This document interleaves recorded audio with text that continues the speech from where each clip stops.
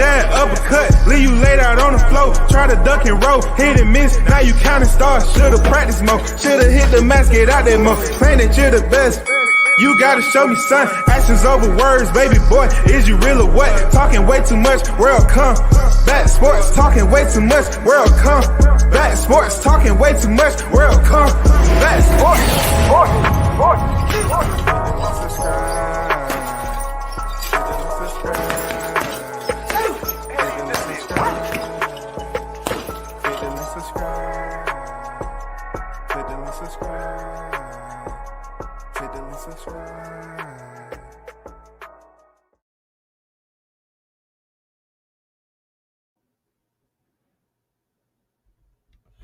Once again, thanks for tuning in. You're listening to World Combat Sports. Salute to each and every one of you that's out there in the workforce, getting it in, providing for your families and, yourself. I salute you for that. Big salute to the WCS supporters, man. You know how we do.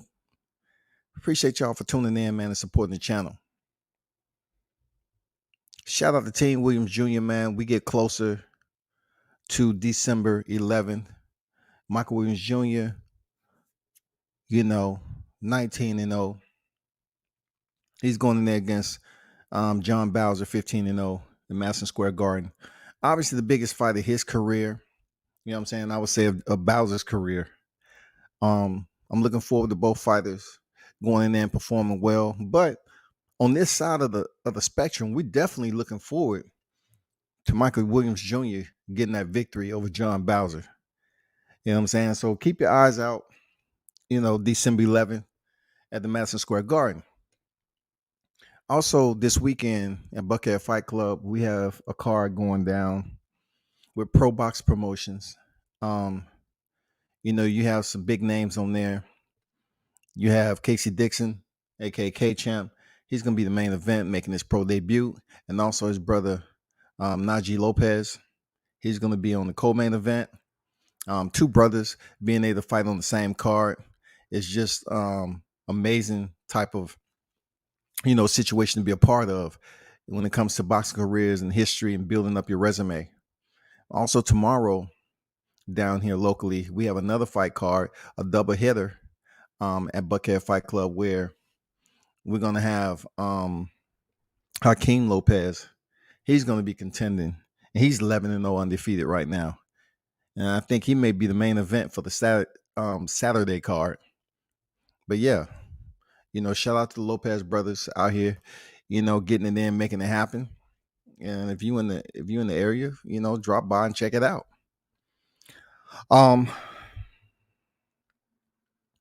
Let's get down to the business part of it. We have a huge fight that's taking place, as we know it, in the welterweight division. I don't think it is huge as what people totally understand it to be. Like, we have two big names, Terrence Bud Crawford and Sean Porter. But on the inside of it all, we pretty much know the history of Sean Porter getting another title fight against a big name. So many years has passed since he won the belt versus Devin Alexander. We totally understand how that works. But then you have to look at the progression of it. How has he fared fighting other champions at the top of the hierarchy in the welterweight division? And he's been in there with some names. You know what I'm saying? The same belt he won against Devin Alexander, he lost against Kell Brook. And then with that said, he had the opportunity to step in there with Keith Thurman and take his belts. He wasn't able to make it happen. Then he was able to step in there with Errol Spence, and a very, very good fight. It was a very, very entertaining fight. He wasn't able to get it done. So when it comes down to will he have enough to make it happen this time around, that's a big question.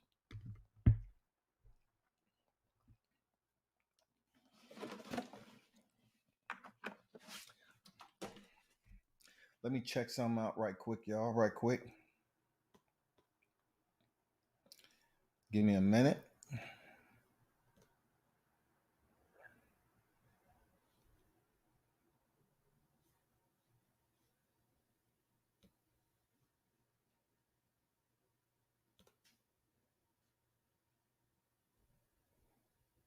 Y'all in the building, hit the like button. Just give me a minute right now so I can bring up my YouTube side of the house.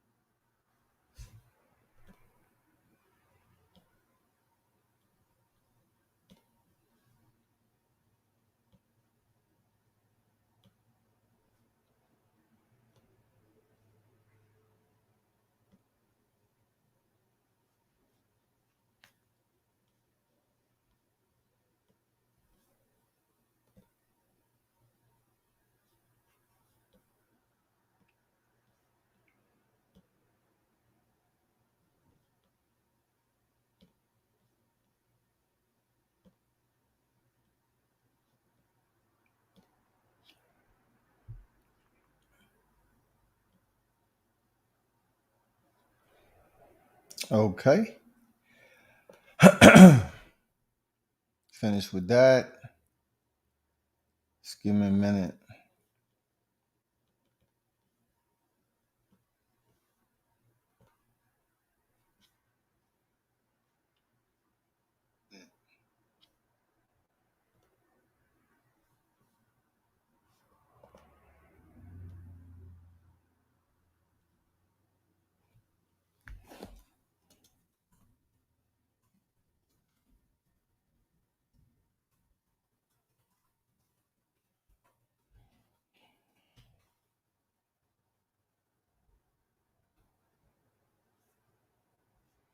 Okay, cool.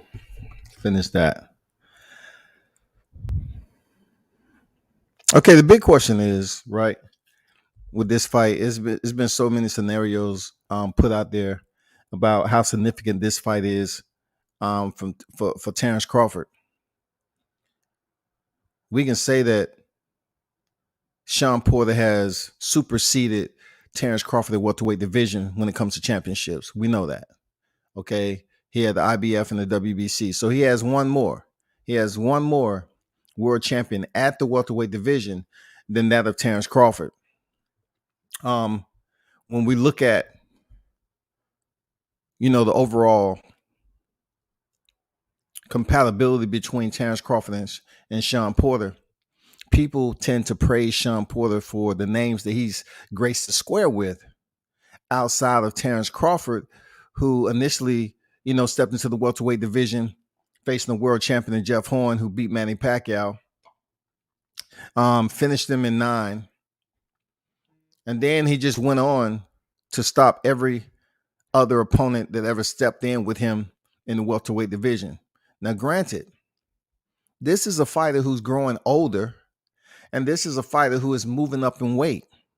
That is what is so special about what Bud Crawford has been able to do. He's been able to move up 35 to 40, unify at 40, and then move up to 47 and sustain his championship ability.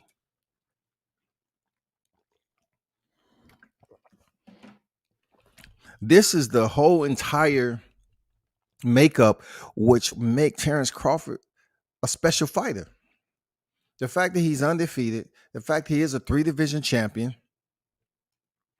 the fact that he was undisputed in the 4-belt era, and the big fact coming tomorrow night is that he's a much more open-ended, versatile fighter than Sean Porter. Sean Porter has been in there with big names, but Sean Porter has not shown development over his time to be able to rise to the occasion in majority of his big fights. He hasn't shown it. He hasn't shown to be proficient in stepping up and being able to succeed in those championship fights. Yeah, he was able to do it with Devin Alexander, but then on from there, what happened? He has the opportunity tomorrow night to rise to a different level, to be honest with you. Sean Porter has the opportunity, the grand opportunity to go in there and share the ring with one of the greats of this era in Terrence Bud Crawford. There's always the BUT. How is he going to present something that Terrence Crawford won't be able to make adjustments to? Once again, I ask for the BUT of it. How is Sean Porter going to present something different that Terrence Crawford isn't capable of making adjustments to? Because he's shown that he's educated and his boxing IQ is astute enough to make changes in there in fights that he's had trouble and he's faced adversity. He's absolutely demonstrated that. Just because you get off the canvas and you're able to fight on doesn't mean that you're making changes. My biggest question is, if Terrence Crawford goes in here and make it look too easy, what are the excuses they're going to rein in? They're pretty much providing Sean Porter with all the hype to go ahead and make this fight interesting. They provide him everything he needs, from his resume, from the names that he has on his resume, to the individuals he shared the square with, to always coming in top tip condition. You know what I'm saying? And pretty much having this type of style that people gravitate to. But at this point in time, that style hasn't evolved enough to continue to earn him big wins in the sport of boxing. Just because you can go up there and brawl and rough your opponent up, but still you're able to basically pick up the victory against second tier opponents. But then when it's time for you to do it with the top tier opponents, you come up second. You know what I'm saying? In this particular case in boxing, it's win or lose. You come up second. So his style hasn't necessarily evolved and became something that's great for all these fighters to fear. They pretty much know what they're getting from Sean Porter. They pretty much know. You don't have to gift wrap it. They pretty much understand and attentive enough to know what you're getting out of him. See, people mention how different he fought against Danny Garcia. Yeah, because Danny Garcia, once again, he gave you the predictability.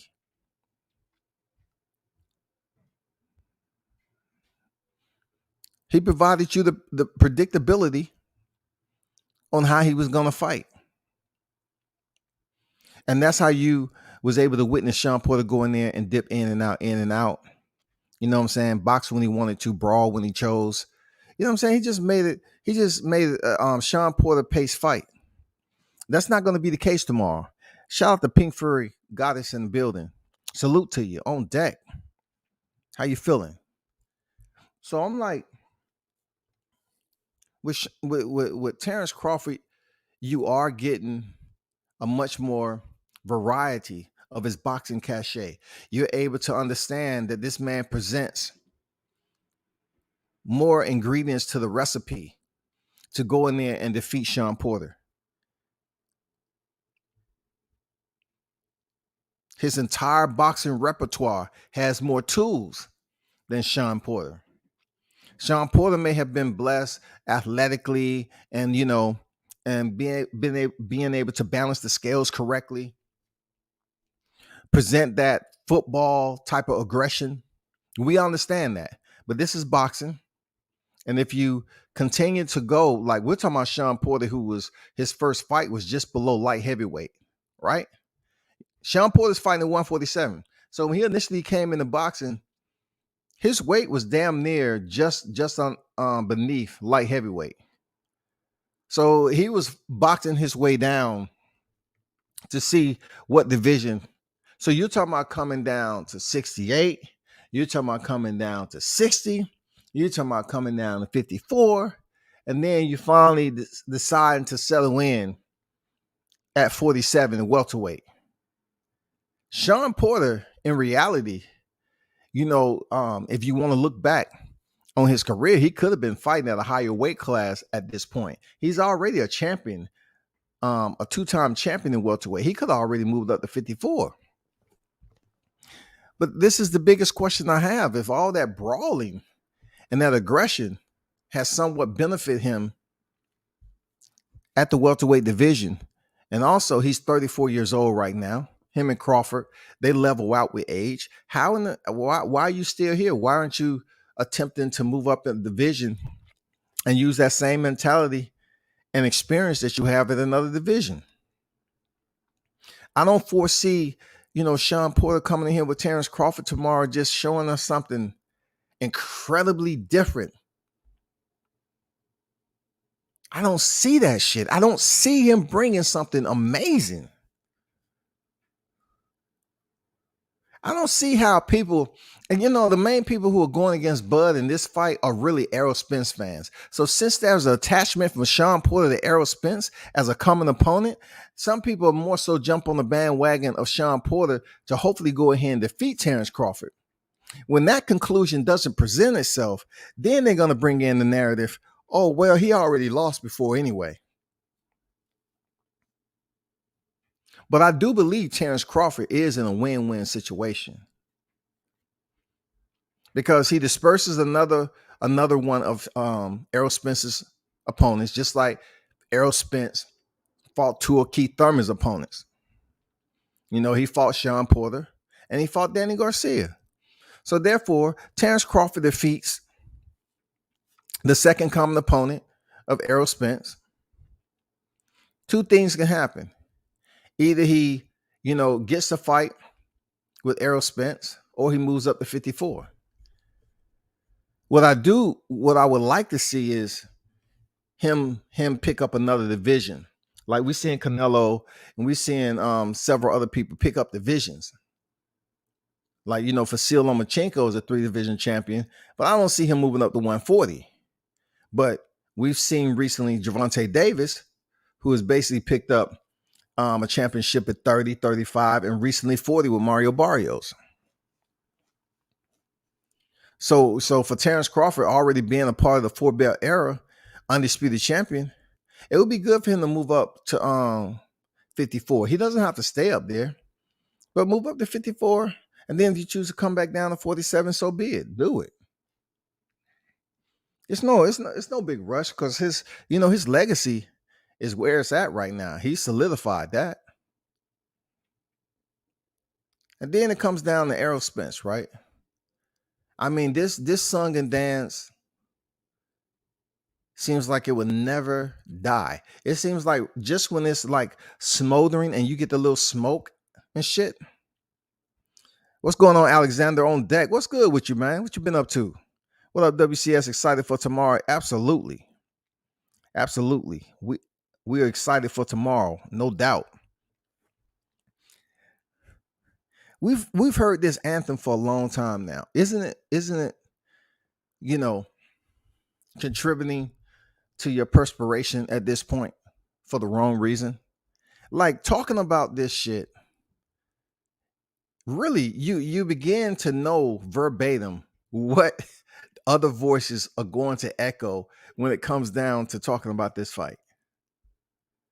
Seriously, it's not like I don't want to see it. I'm just saying, like, I totally understand why Crawford had mentioned that he don't need Errol Spence for his legacy. That may not sit right with a lot of people, but he's absolutely right, man. He don't need him. And that can hurt some feelings right there. You know what I'm saying? Crawford is pretty much saying, yeah, you may feel important with 2 belts at welterweight, but right now, I don't need you for my legacy. I can have you as a contribution, a donation, but I don't need you as a stamp of approval to say, he fought Errol Spence, so now he's a Hall of Famer. He's already there.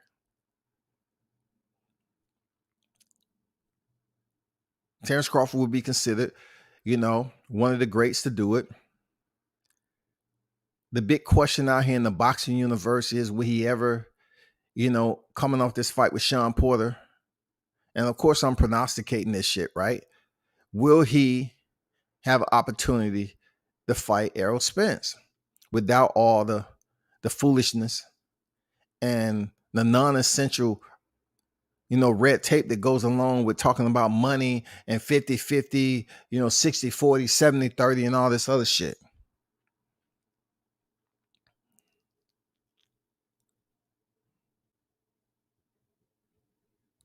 I think deep down inside, people understand that it's not an easy fight for Errol Spence. Most of his fans out there understand that accident may have changed him for the rest of his life, but they still want to boost him up. They still want to boost him up just enough to hope that he goes in there and get the fight with Terrence Crawford and possibly win. You know what I'm saying? They're hoping that, but they know deep down inside, outside the ropes, he has issues. And I mentioned, if he's going to jump in the ring, I hope he's sober. Let me clarify this before people start emailing me and shit. Right? Let me clarify what I just said. As adults, we are far past the critical period. When we become adults, the only thing that helps us out when we start to think about and do troubleshooting on how we want to perceive something is how we think as individuals and adults. Are we going to be fair about it, or are we going to be extremely biased? If what someone else is saying that is fair, it's up to you to perceive it as fair and then give a fair response. But it doesn't happen all the time. What I meant by I hope he's sober is basically what I'm reflecting on with him in his boxing, career. When he jumped in the ring with Sean Porter, he was fucked up. When he was on camera with Adrian Broner and Gervonta Davis, he was fucked up. I'm not saying the man can't drink, but when you hear people say don't bring stuff from the outside that is inside. When you jump your ass into the ring and you fucked up to call out Sean Porter, you intoxicated.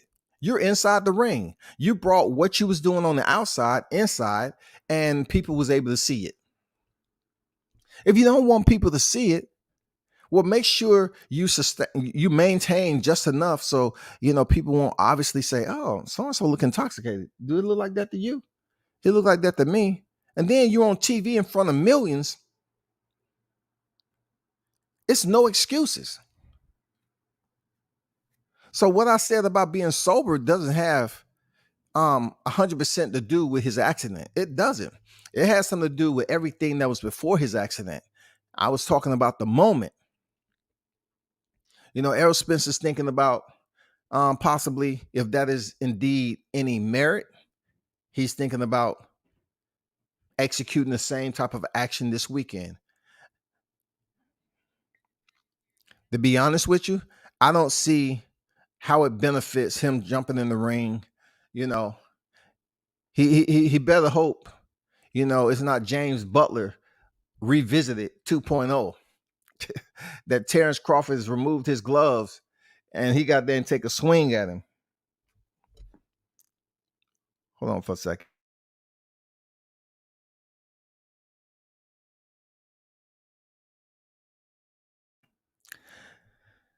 We here on deck. How you feeling, bro? God has said, Errol Spence is always drunk. That's not going to help him in the long run. The only thing, I'm trying to get at, and that's a good point, is not to revisit what was going on when we start to see signs of him being intoxicated out in town. I'm talking about how it affected his in-ring. You know what I'm saying? He was coming off an amazing fight with Sean Porter, and then he gets in a horrific car accident. It was stuff going on before that I'm speaking about. If you're talking about basically remediating what you did already with Sean Porter this weekend by getting in the ring with Crawford, what is it going to do? Absolutely nothing. All it is show. It's show promo for a fight that we don't have no idea is going to take place. Hold on for a second, y'all.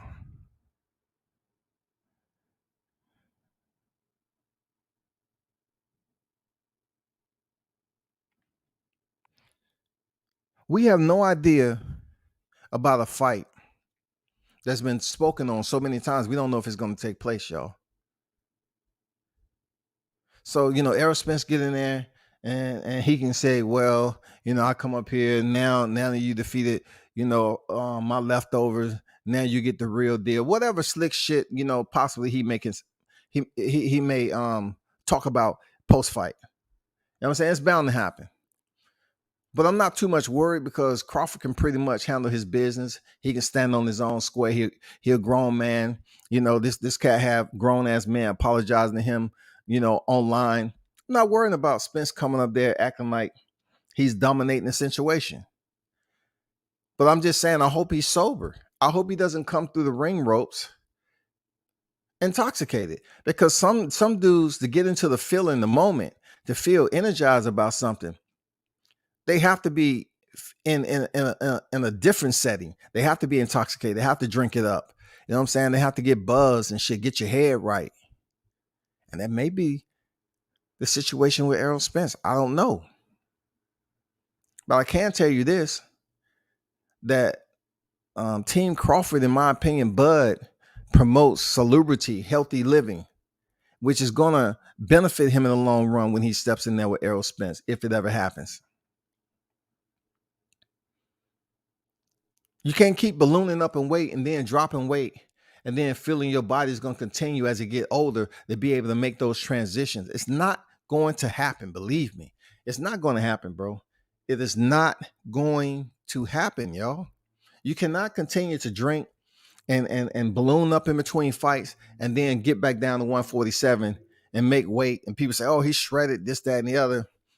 And then you go in there and say you could have performed better. It's your fault.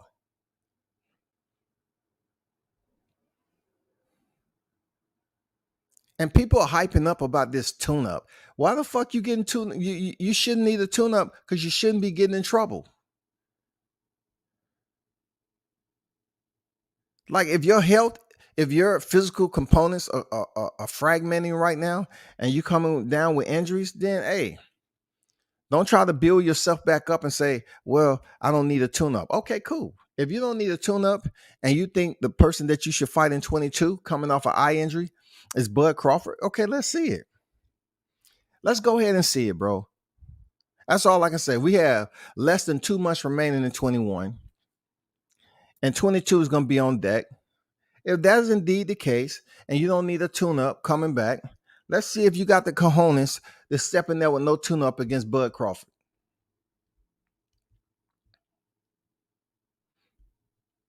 We'll nip that in the bud real quick.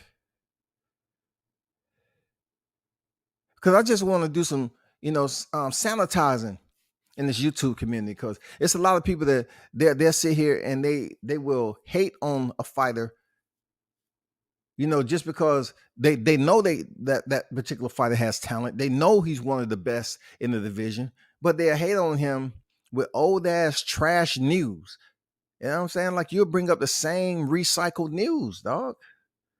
You talk about his resume, okay, but you in 1 minute you want to talk about who Sean Porter's been in there with, but yet you don't want to identify the fact that he has 3 losses already. Numbers don't lie, right? So numbers only lie when we're talking about Terrence Crawford knocking out all his opponents at welterweight. That's the only time numbers lie in these conversations, I guess. I guess numbers lie when you look at a lot of Terrence Crawford's freaking opponents have O on their records. O don't matter if the perception from the viewer is that fighter wasn't shit. That can't be the case, bro. Come on, man, that cannot be true. Just because it doesn't add up, ante up to your liking, you cannot sit up here and say a O on a record doesn't matter. O does freaking matter in a lot of cases. It looks good. That's why fighters want to keep that on their record. They have not been defeated one single time in their career.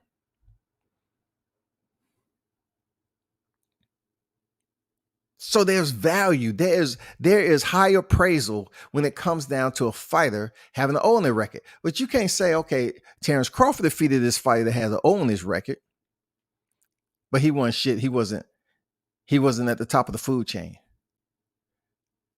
You cannot sit up here and denounce But yet you're building up another fighter that he's facing who has freaking 3 losses with big names. And a lot of those names he's been in there with and had O in their records, he couldn't defeat. So there's no argument here, because if we're talking about Sean Porter with people who he's fought in the higher tier of his career, he didn't add up. He couldn't get the victory. But when you're talking about on Terrence Crawford, when he initially stepped into the arena of the welterweight division, he fought a guy with an O on his record. He fought Jose Benavidez with an O on his record. Kavaliauskas with an O on their record. I mean, come on already, dog. You know, Kell Brook only had 2 other losses on his record, but he just so happened to be a former champion, okay? And he was a common opponent of who? Errol Spence.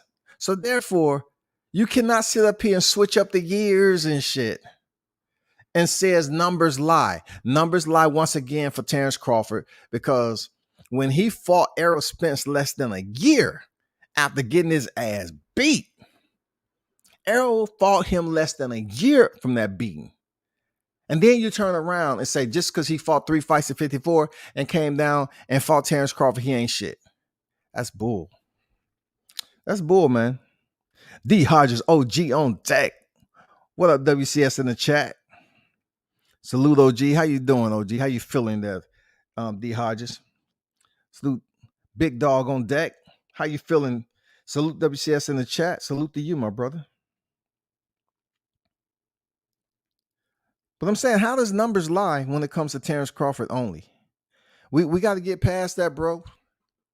We saying the same thing over and over again. And, you know, Terrence Crawford is an important name out here in conversation when it comes to this boxing talk. Because if Errol Spence was that guy, more people would be talking about Errol Spence when it comes to the conversation. But they spend more time debating how good, how great Terrence Crawford really is. I'm serious, dog. They spend more time making Terrence Crawford even more relevant than he already is. Because to converse about Terrence Crawford, they have to bring in Errol Spence, because Terrence Crawford usually is the lead of the conversation, not Errol Spence. Errol Spence is usually not the lead. And the only time his name is even surfaced is about talking about Terrence Crawford. So in this particular scenario tomorrow, yes, Sean Porter is an important opponent. He ain't trash. I would not say Sean Porter is trash, but he is at a point right now where it seems like his day is on the dissension in his career. I don't know if it's him taking all that punishment or having that brawling style or whatever the case may be, or him being comfortable with retirement. You know, after the post-fight conference yesterday, you know how Sean Porter was sitting back in the chair. You see him when he was just leaning back in the chair. That is the type of posture that you have when you've been sitting down at your day job for a while and you're getting comfortable to that seat position. You being comfortable up there saying dumbass shit. You know what I'm saying? You're comfortable with being in a seated position, talking to the viewers. That's the posture I got from Sean Porter. And you know what? Tomorrow, he may revisit the same posture. He may have his ass sitting down inside that ring too. And it's not the final bell. He might find his ass sitting down, period. The best way to help somebody out when they're trying to make a career choice is to basically put them in that position and say, how does that feel to you? You like that? Okay. All right. I was just helping you out. I was just being a true friend. Let me extend my hand to you. That's Sean. Good fight. Let me extend my hand. Get up. All right, man. No hard feelings, right? I know we was friends before this, but you know this is gonna go down, and it's best for you not to turn on social media tomorrow, because this is all they're gonna see. You on the canvas. You know what I'm saying? Once again. And don't take it personal. We good? All right, cool. And by the way, did you ever apologize for talking that fix shit? Was this fix? Was this knockout fix? Okay, it wasn't. All right, cool. I appreciate you, bro. Real talk. Thank you. Mr. TKO on deck. What's good with you? Team Williams. Bud is that dog in the division, and I got him winning in 8. Damn, TKO says Ocho. That's raw. Got him winning, not even in the championship rounds, but before the championship rounds. That's what's up, dog. That's what I'm saying. 8 rounds, man. He got Bud Crawford stopping Sean Porter. For real. Hard you salute, bro. Yeah, but that's what's up, man.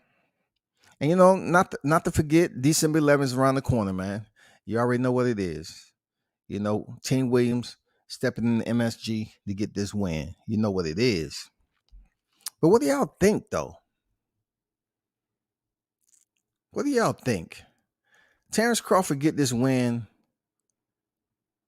over Sean Porter. Forget about the default, the residue that's going to be behind this shit. Because I already heard it. Y'all. Forget the residue that comes along with Terrence Crawford winning once again. Because the way he's up here dispersing the fighters, people are going to say, well, if you want to be honest, Sean Porter lost to this, and this person. All right. That's why I say, okay, if this is the fighter Terrence Crawford's supposed to fight, get rid of him. Like you did all the rest of them. He stopped him. Get rid of him. And then go on to the next fighter. That's where it becomes very intriguing, because this is a type of undertone that's been rumbling for quite some time now. But I gotta commend Bud. A lot of people saying that, well, he didn't want to fight Errol Spence coming off his accident. First of all, Errol Spence wouldn't have never fought Bud coming off the accident.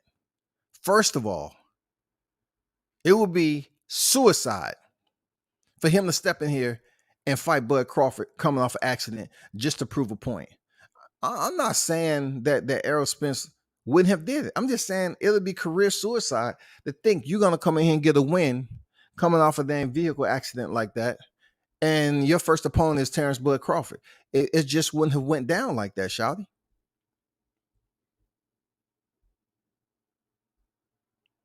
So we need to just put that to bed, find a damn empty shoebox, seal that bitch up with duct tape, and keep that shit under the bed, way under the bed. Let it collect some lint. We all know Errol Spence would have never fought Terrence Bud Crawford coming off an accident. So we can leave that alone.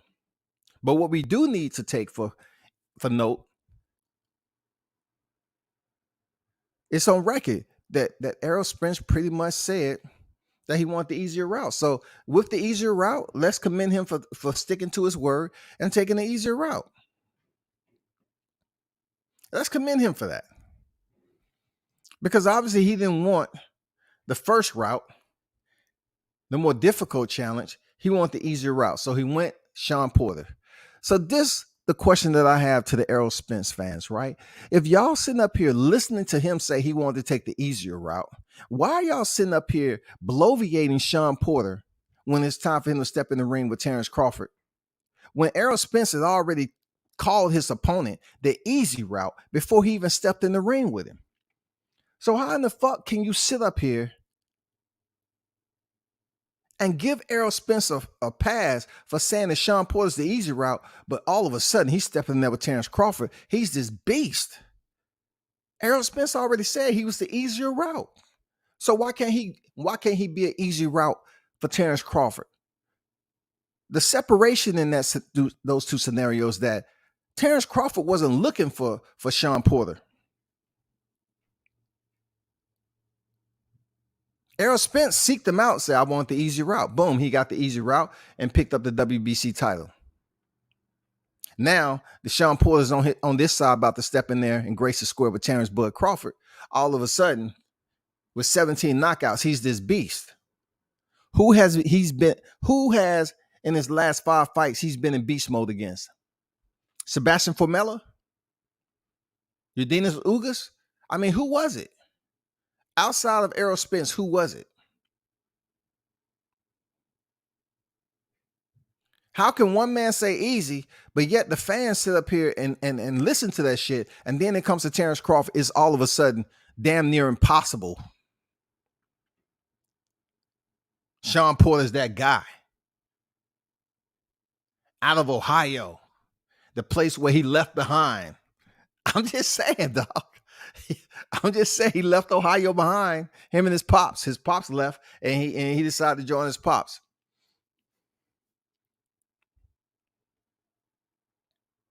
How can it be described as such? That's all I'm saying. How can he be bloviated and stepping in the ring with Terrence Crawford, but yet the same fighter that you want Terrence Crawford to fight said Sean Porter was an easy one. I want to go the easy route. EASY, easy. Or if you want to shorten it up to slang terminology, be Echo Zulu, easy. Acronym. How can you sit up here and blow up Sean Porter because he's stepping in there with Terrence Crawford, and all of a sudden Terrence Crawford, oh shit, he may be stopped. If he fight Terrence Crawford, I mean, if he fight Sean Porter on the inside, it's just, do you know Adrian Granados fought Sean Porter? Mano and mano, head-to-head, chest. Do you know that's what happened? Did y'all see the fight? Did you see the fight, though? So how can you say Sean Porter go over here and Terrence Crawford fights him life and limb? He might get stopped. Adrian Granados, last time I checked, made it to the final bell. Yeah, the same Adrian Granados that stepped in there with Danny Garcia and got dropped. Stopped, right? But not to mention, it was the same Adrian Granados that Sean Porter stepped in there with and went life and limb. And this where it becomes strange and unique, because in one sentence, they'll say the Kell Brook that fought Errol Spence is different than the Kell Brook that fought freaking Terrence Crawford.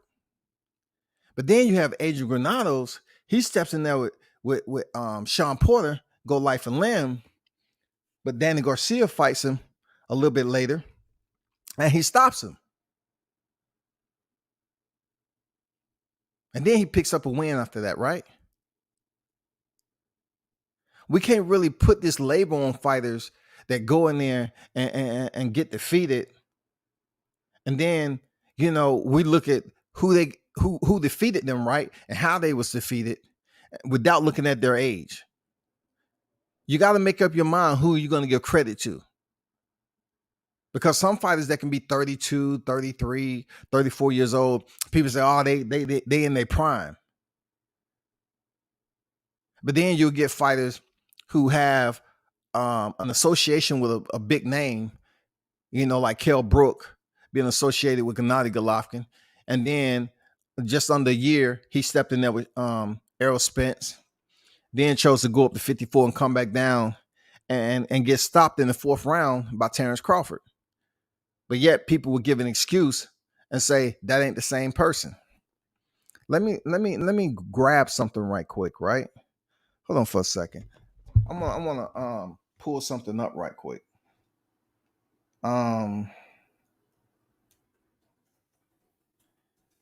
Let me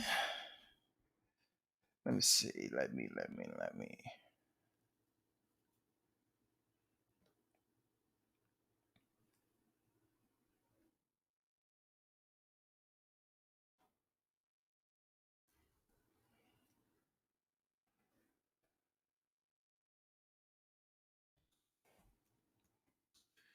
Give me a minute. Appreciate everybody in the live chat, man. Appreciate you pulling up. It's going down tomorrow. Just give me a minute. I'm about to show you something. Okay. I just wanted to verify my info before I speak on it. So, you know, a fight coming off a fight like Kell Brook and Terrence Crawford. We know what Kell Brook went through, right? But we'll have people just say things like he's washed up, he's done. But if you're gonna say he's washed up, he's done, then we need to totally understand the age that you're talking about. Kell Brook is 35 years old. Sean Porter and Terrence Crawford is both 34, right? I mean, the only separation I can give is that Kell Brook has more, just slightly more professional wins than Terrence Crawford. He definitely has more than Sean Porter. But when it comes down to the age, he's 35. He's currently 35 years old. That's just like when they say about Adrian Broner. Adrian Broner's like 31, 32. So, fans kind of pick and choose on how they want to bolster up certain individuals, but they never really consider how old that person is. They sometimes just look at who they've been in the ring with.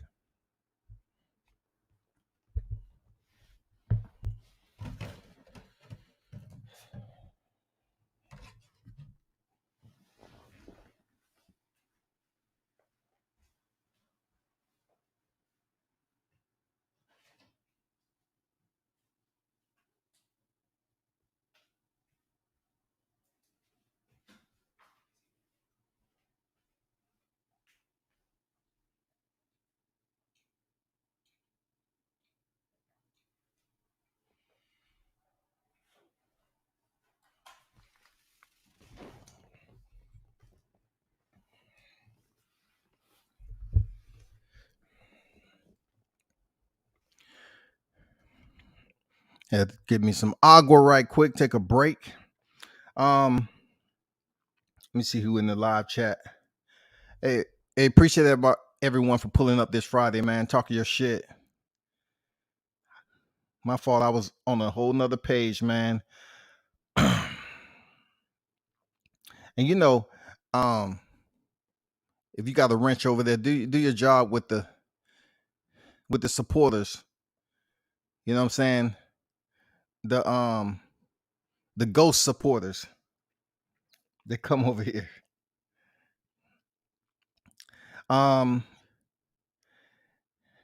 See, I would read your comment. But you're coming over here on some stupidity. So I'm gonna just let that shit slide. Harkin, salute to you. On deck. Andrew Charles on deck. What's good? Salute WCS on the road. Tuned in. Appreciate you. Shout out to Drew Titan on deck. You know what it is. The LD BC in the building. Make sure you subscribe to his channel all day, every day. You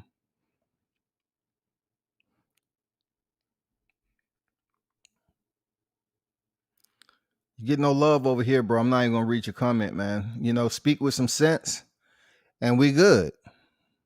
Errol Spence isn't going to fight anytime soon after Porter. He can fight Jerome Ennis, who called him out. Realistically, the Errol Spence versus Terrence Crawford fight would never happen. Well, I can understand the last part with the Errol Spence Terrence Crawford fight never happened for sure, because it's been like a ghostwriter for quite some time.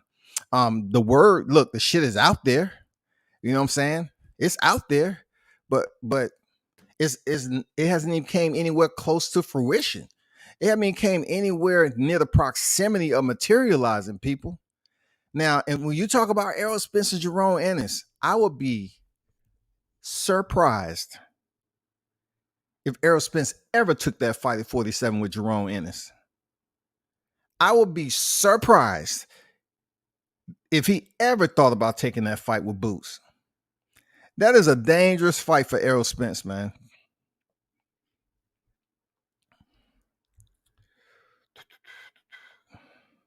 So we got some Porter fans in here in 1982 on deck. What's good with you? He say Porter seventh by KO. So I'm just looking at your comment. You're probably saying Porter is out of there by the 7th round KO, because you can't be serious thinking that Porter's gonna come in here and stop Bud Crawford. You can't be serious, bro. You can't be serious, man. People just make excuses when a fighter they want to win loses. Pretty much. That's pretty much how it goes on this social media. You know what I'm saying? People allow the backstage comfort. You know what I'm saying?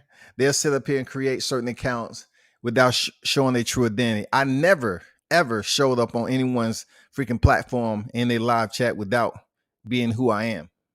There's no need. But you have other individuals out here that'll come on people's platform and knowing damn well they know of the person that's speaking or the host of the show, and they'll sit up here and talk shit behind the scene. You feel me? This is Friday. Usually I'll drop the link, right? But look, you're not getting on unless I see your face. You're not getting on talking some shit that's not even conducive to the topic at hand. I don't want to hear the same retreaded. If you're going to talk about this fight tomorrow and thereafter, I want to hear something new and refreshing. You know what I'm saying? Tell me wholeheartedly, if you're saying that Porter's going to knock out Bud, I want you to basically re-examine his last 5 fights. I want you to check and see the caliber of opposition that he's been in there with, Sean Porter. Are they the caliber of Terrence Bud Crawford? So when you mention something such as a knockout, I need some damn proof. I need some evidence. That's all I'm saying. I want to hear your opening argument, and goddamn it, I want to hear your closing argument.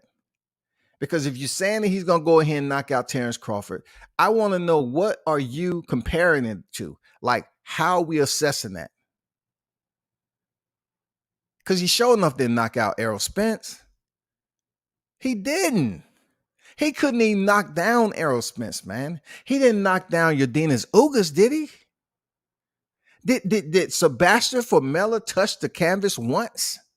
I mean, to tie a shoe, to do something. Did you see Sebastian Formella reach down and say, "Oh shit, my mouthpiece"? Did he touch the canvas once? So why are y'all sitting up here bloviating the fact that Sean Porter's gonna go ahead and KO Terrence Crawford? The only scenario I can give in this matchup right here is that Terrence Crawford, being that he has stopped all his opponents, for which a lot of people say are trash, right? So if they was trash, he took the motherfuckers out to the damn dumpster and did what he's supposed to do. He knocked them out.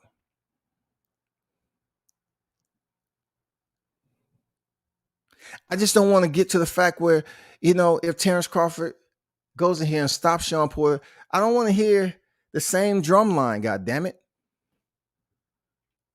I don't want to hear the same drum line, motherfucker, way out there in the distance. Hey, man, fuck that win, dog. Sean Porter already lost to so-and-so, this, and this. He didn't do shit special. Okay, that's what I'm trying to tell you. If he didn't do nothing special, why are so many people up here hyping this shit up as if it is something special? We know what Sean Porter brings to the table. We've seen his style over and over again. We've seen him bring that same style in high-level fights, and he came up short. That is absolutely reality and fact. So therefore, who has did it the best? They can't really say that Crawford has faced adversity in the same situations when it comes to his style of boxing. What they do compliment is Terrence Crawford go up there and show you different frames to his style. And then he leave the fans and the media and everybody else a lot of substance to talk about when it comes to his style. Because if you listen real closely to some of these people, they'll say the same thing over and over again about Terrence Crawford. They'll leave out the fact that he's a multi-faceted boxer, right? But yet they'll speak more so on his box rec. They'll speak more so on the fights that he's been through adversity with. And they'll speak more so on discrediting his unification in 140 and then him moving up to 147. That's pretty much their topic of discussion. Real talk. They don't really frame up how deep his boxing cachet is as a switch hitter.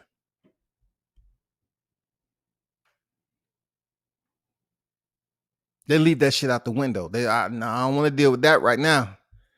I don't want to deal with that. I want to speak about all suspect negativity, devaluing. I want to speak about opinionated areas of his boxing game. Those opinionated areas is his opponents. You hear people talk all the time and how they freaking just dissect the shit out of Jeff Horn. But yet they're sitting up here hoping that Errol Spence. Listen to me now. Listen to me. They're sitting up here all day long when they was vouching and advocating for Errol Spence to fight Manny Pacquiao. The same Manny Pacquiao that had 7 losses, right? We hope Errol Spence fight Manny Pacquiao. Oh, shit. But yet, Jeff Horn had already fought Manny. It doesn't matter what you think. All that matters is Jeff Horn fought Manny and he beat him. The same Manny that people was boosting up to fight Errol Spence is the one that they was praising after he went in there and defeated Keith Thurman. But me not trying to prognosticate negativity, if we would have had the opportunity, right, for Manny Pacquiao not to take a 2-year hiatus and somehow, some way, stepped in there with Terrence Bud, somehow, let's just say a miracle happened, and Terrence Crawford go in there and stops Manny Pacquiao just like the knockouts that's on his boxing ledger. He goes in there and stop him. You know what they would have said? Well,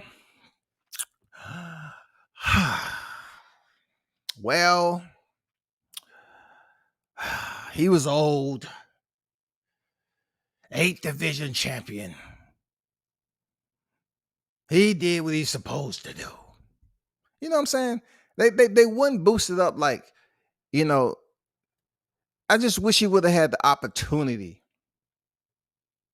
I just wish he would have had the opportunity. You know what I'm saying? The hype that was behind him defeating Keith Thurman, he deserved it. Manny Pacquiao went in and did it. But if by chance Manny wouldn't have taken a hiatus as he did and came back and fought Terrence Crawford, what would be the tone? What would be the ripples in the water, y'all? What would have been the current?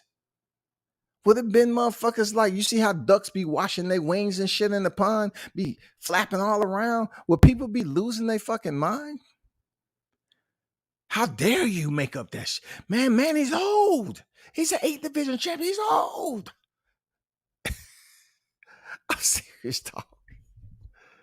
I'm serious. Mitch on deck, man. What it do? What's good there, Mitch? Hey, D Hodges, there's too many of them, man. There's too many authenticated Bud haters that roam this Serengeti over here on social media, especially the YTC Serengeti. It's too many Bud haters, for real. It's too many, dog. I would like to put out there this shit need to stop. But no, let it keep going because you're keeping the man's name relevant on the back end of his career. You're keeping his name relevant. All right. The more conversations come up, the thumbnail might say something about, well, Bud Crawford faces Porter. Porter, does he have the chance of defeating Crawford? And if you talk to these lives, most of the live stream is dedicated to Terrence Bud Crawford. Not until somebody tends to sway a little bit of right, the Errol Spence name come up. But they really don't want to talk about Errol Spence because they don't know what the fuck he's going to do. They're unsure of Errol Spence's health right now. You know what I'm saying?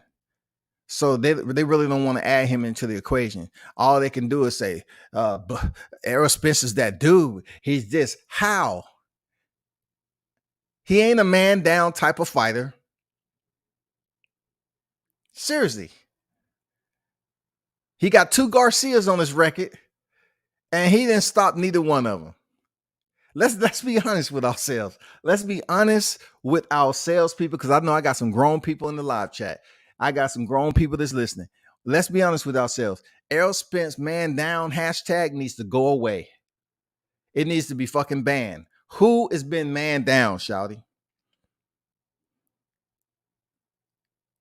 Don't bring in Ocampos. Don't you dare bring in Carlos Ocampo. I will submit an anonymous letter to YouTube. I'll say, you know what? This person brought in Carlos Ocampo when I was talking about Errol Spence's hashtag man down, and I thought it was disrespectful. Can you please ban them for 6 months? Please. That is disrespectful. Who? You got two Garcias on your record. Two Garcias. You got a Porter on your record. I'm just saying, where does this man down? Death to hashtag man down because it's not relevant. It's not relevant at all no more for Errol Spence. The only thing is relevant in Errol Spence's career right now is the fact that Terrence Crawford still exists. He's still an active fighter in welterweight. The best thing that Errol Spence can hope for at this point in time in his life as a welterweight world champion is that Terrence Crawford vacates the WBO belt and moves up to 54. That is only the best decision we can look for if you're an Errol Spence fan.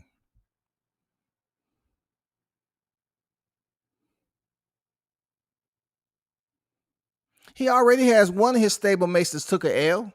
He next. They don't be listening to Derrick James. Errol Spence next. Tony Harrison, gave Mel Charlo the L. It's only a matter of time if this fight somehow, some way materialize between Spence and Crawford. Spence is going to be the next in line. And then they're going to be placing all the blame on Derrick James. I can't make this shit up, dog. I cannot make this shit up, dog.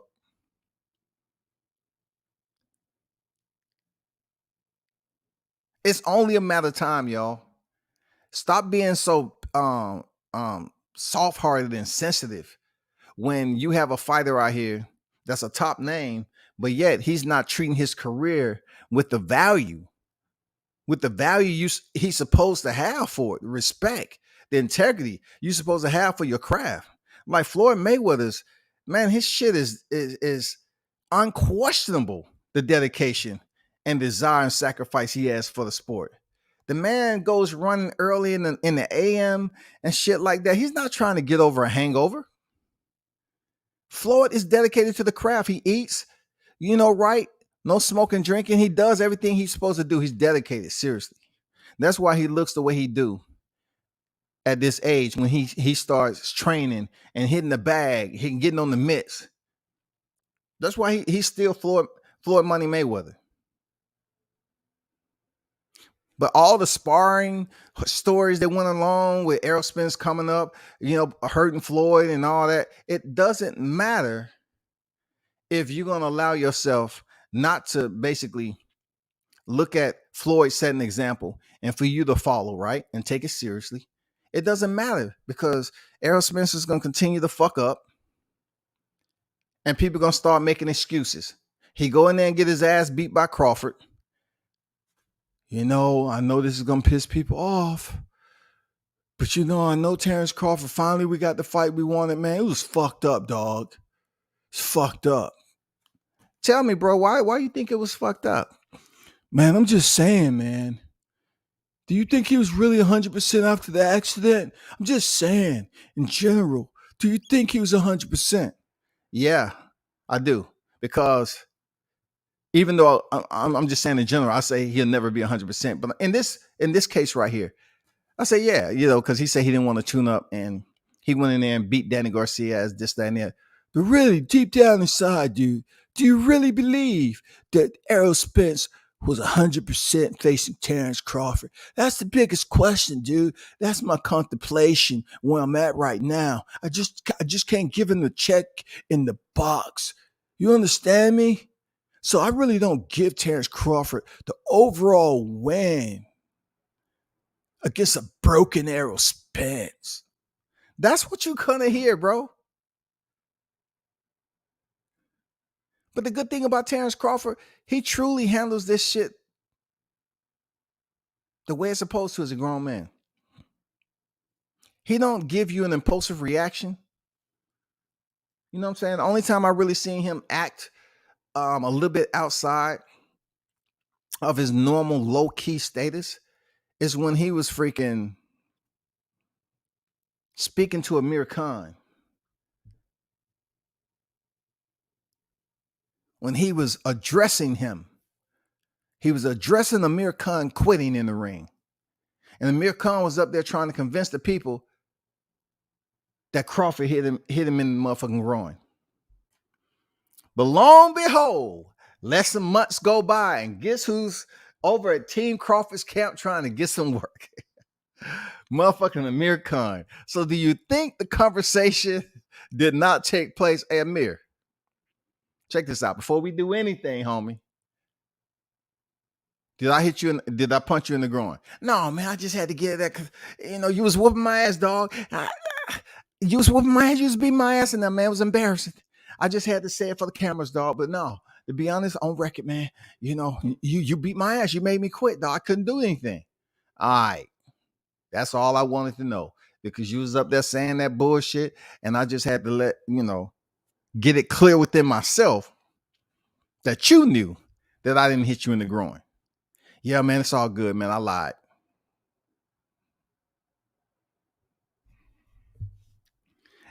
Foul player on deck.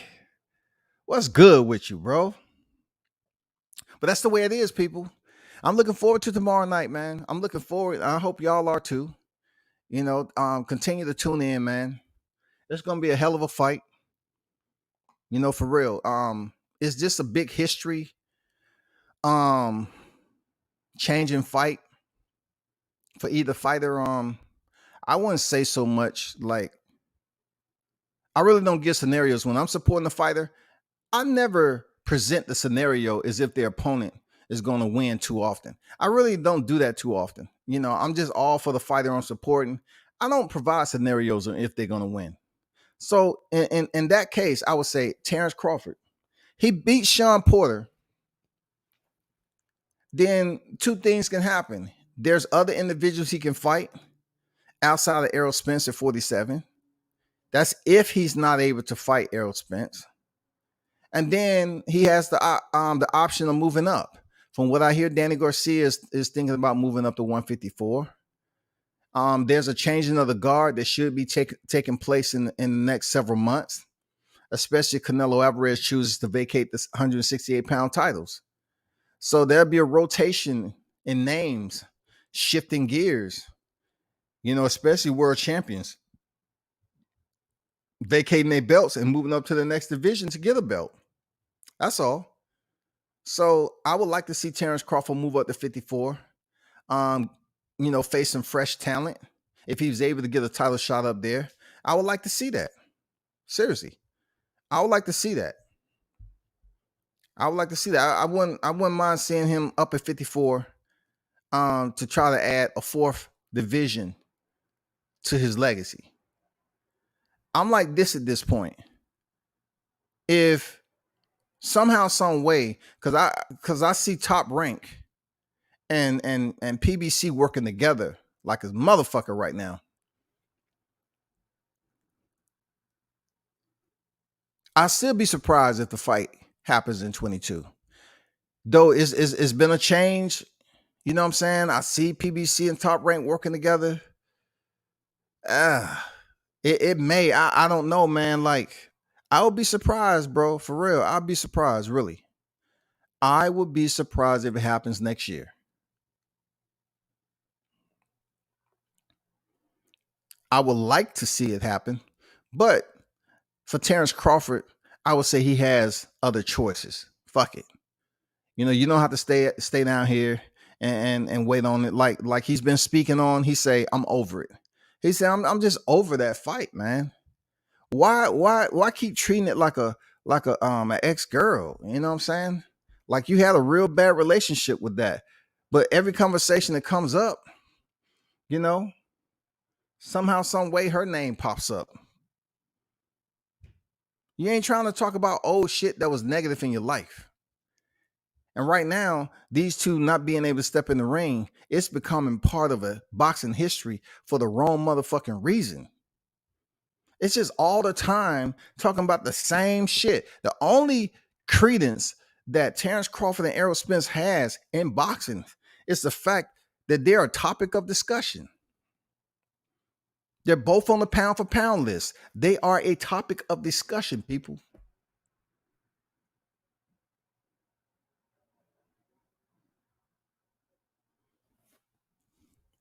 And both of them have different bullet points in the topic of discussion.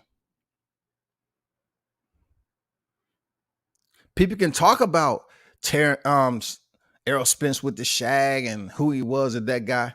Okay, let him grow his hair out. If you believe he has some type of Samson in him and he gets his strength from his hair, tell him to grow the motherfucker back out, God damn it. I'll send him some combs and some motherfucking stay soft fro so that motherfucking comb his shag out in the back. And when Terrence Crawford beat his shag down, you know, what hairstyle he gonna go back to? He gonna let it grow out, you know, plait it up, lock it, whatever. I mean, I'm just saying. These boxers' names are going down in history for the wrong reason because they're both on the pound for pound list. So at this point, it would be good to see both of these guys fight. But I have to weigh on the side of Terrence Crawford when I say, hey, I'm done. I'm over it. You know what I'm saying? I don't need him to solidify my legacy. I don't need that shit. Green on deck. How you feeling, bro? He said, what it do, WCS? How you feeling? You know what I'm saying? But I couldn't close out this Friday, being close to Thanksgiving, without presenting you all with some type of gift. So I presented my chat, you know what I'm saying, with the link and whoever else. Please, if your name is Ben Israel, you don't need to click the link because you don't know shit about boxing. You know how to have a conversation, but you don't know shit about boxing, period. And shout out IE to the one and only Roger Mayweather. But, you know, if you have something to say and you feel that in the last remaining hours leading up to this fight, you have something of relevance, you know, speak on it. You know what I'm saying? That's what it is. Speak on that shit. I want to hear it. You know what I'm saying? I want to hear what you got to say about this fight, man. Give me something new. Give me something I ain't never heard before. I done heard about the resume at 47. I heard about who Errol Spence's fought. I've broken that shit down several times that his resume ain't all that in comparison to Terrence Crawford. We heard it. You take the Sean Porter and you take the motherfucking Danny Garcia, so to speak, and Kell Brook, whatever. What is something new? What is relevant? What is something new that I haven't heard?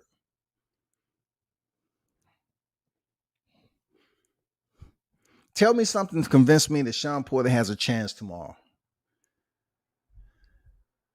I'm so happy for today, 'cause it's close to tomorrow. Tell me something. How does Sean Porter have a chance outside of what we've seen from his style to present a challenge to Terrence Crawford? That's all. What do we see? What do we know, bro? You know, just enlighten me. I need for my psych jitsu to be energized. You know what I'm saying?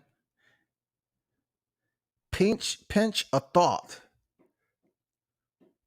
that's been outside the recall memory that I haven't even talked about. Tell me something that I can say, damn, that's very, very interesting. You know what I'm saying? Because I pretty much heard everything there is to say about, you know, Terrence Crawford, Sean Porter, and then, you know, the Terrence Crawford, Errol Spence. I'm just curious to know. And fair warning, don't bring in tickets. I don't want to hear about no ticket sales because Canelo ain't a high PPV ticket seller. Neither is Errol Spence. So it's really doing nothing to bring him any higher on the pound for pound list. And with those PPV sales, it's all about who you in the ring with too. I'm saying? It's all about who you're in the ring with. Like Vasil Lomachenko and Teofimo Lopez was on free TV. And they was two big names that complement one another. Just like Anthony Joshua, Vladimir Klitschko. Just like Sean Porter, Errol Spence. You can't keep bringing up, dollar amounts when it comes to Terrence Crawford record to my, well, Bob Arum, he said, I could have bought a house in Beverly Hills off the money I lost to Terrence Crawford. Okay. Why you didn't buy the motherfucker then? So tell me something I don't know.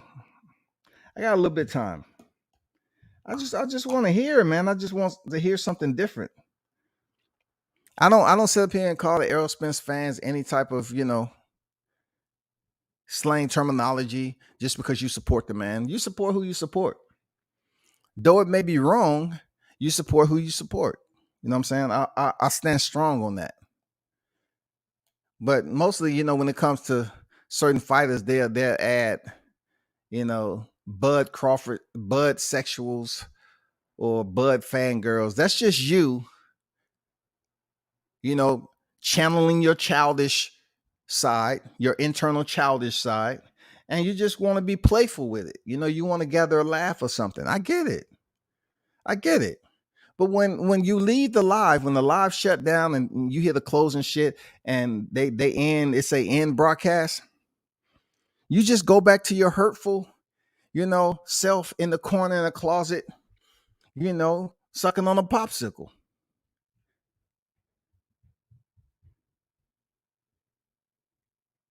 You go hide in the darkest shadow in your room and say, damn, I'm just not sure if Terrence Crawford can lose to Errol Spence. I just don't know.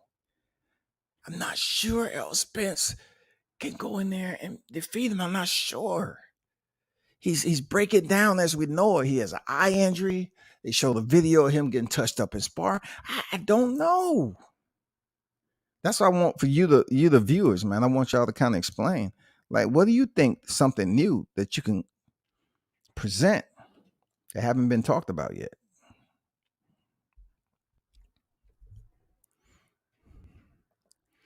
Come on. I know there's some people out there.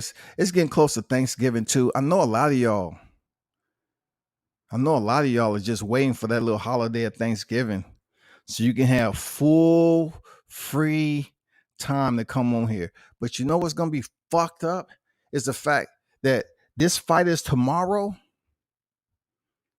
and it's going to be talked about all through your Thanksgiving holiday. Whoa, whoa. Hey, mama, can't you see? Yeah, it's going to be talked about your entire Thanksgiving holiday.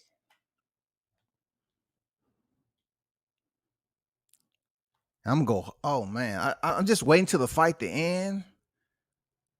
I'm just waiting to see what Errol Spence is going to do after the fight. Is he going to jump in there? And like he said he was, is he going to give us that energy like he said he was? And if he does, I don't want him slurring his speech or anything like that. I don't want him mumbling and shit. Speak clearly so we can understand and hear you, so we can be able to regurgitate on these live streams on what you said. Because I know people are going to be sitting there with templates already made, right? They're going to have their thumbnails there with templates already made so they can be the first post-fight reaction. What do you think? And they're going to go right to the round. It's probably going to be one or two, right? Right to the round where Sean Porter may have had a little bit of success. Did you see when Sean Porter pushed him up against the ropes and shit like that? Did you see? I'm saying, hey, I'm just saying, y'all, we got to talk about this shit all the way through Thanksgiving holiday. We're going to be on Errol Spence's shoulder blade standing on that motherfucker. Hello? Yeah, you down there. Hello? What you going to do, shawty? We might have to show up at Errol Spence's residence and go locate him on the motherfucking pasture. Is Spence in? Yeah, he's out there riding horses, man. I wouldn't do it if I was you. He's not in the best place right now. But where is he though? Okay, I'm gonna ride the bike down there and talk to him for a second. But he's distraught, man. Now he has to make a decision on if he's the fight, Terrence Crawford in 22. I say, but he was saying that to the fans already. Like, do he feel forced because somehow Bud Crawford spoke on being a mandatory for the WBC and people want to talk about money? You know what I'm saying? Why would he do this for this amount of money and mandatory only makes this amount of money? Maybe he's just trying to prove a point. But Errol Spence, do you think he'll be back up here anytime soon? No, he's gonna be out there for a while. He's distraught right now. He's not feeling so well. I don't know if it'd be a good idea if you go out there with that microphone and try to get an interview. I'm telling you, man, we got all Thanksgiving holiday to talk about this shit, dog. So my suggestion to those who support Errol Spence and the ones who are only supporting Sean Porter, who really support Errol Spence and hating on Terrence Crawford, you need to come up with some new content also. You know what I'm saying? Because we definitely gonna have an open panel somewhere on YouTube to talk about this.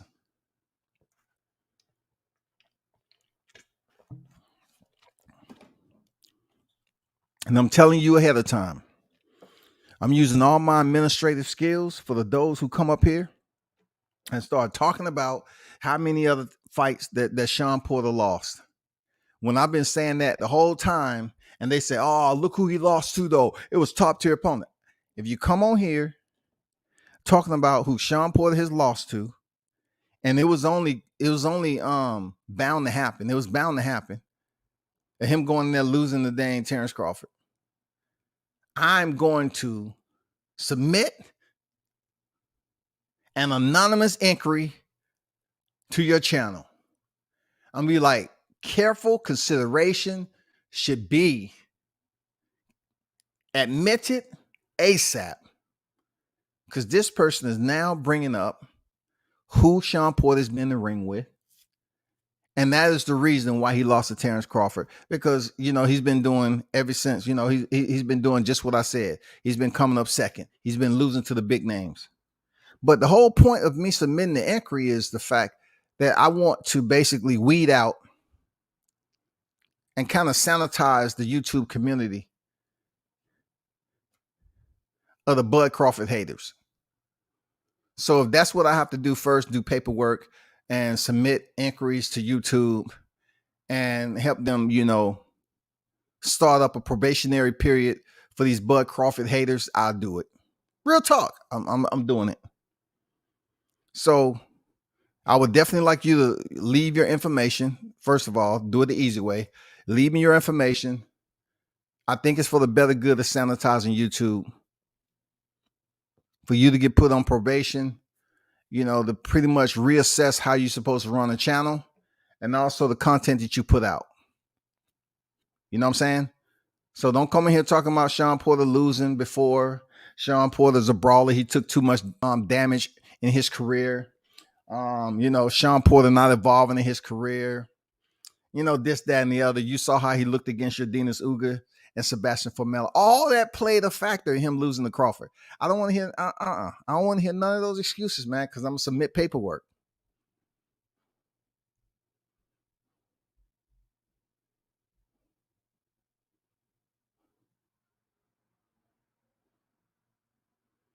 I'm gonna use my Mauricio Suleiman. We are moving from tradition to evolution.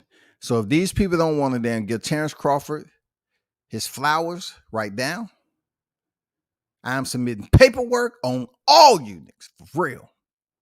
We're going to clean this up once and for all, people. And that's about all I got. Nobody wanted to click the link and talk the talk. You know what I'm saying? I appreciate y'all for pulling up. Y'all continue to support the channel, man. And hit the like button if you ain't already hit the like button. Tomorrow is going down. I'm not I might I should. Okay. I should be on here tomorrow because I definitely have to speak to the listeners and the boxing fans, the viewers, and all that shit. We have to chop this up as it is playing out, people. You know what I'm saying? So y'all continue to do what you got to do, man. Support the channel and turn up and tune in to World Combat Sports. I am out.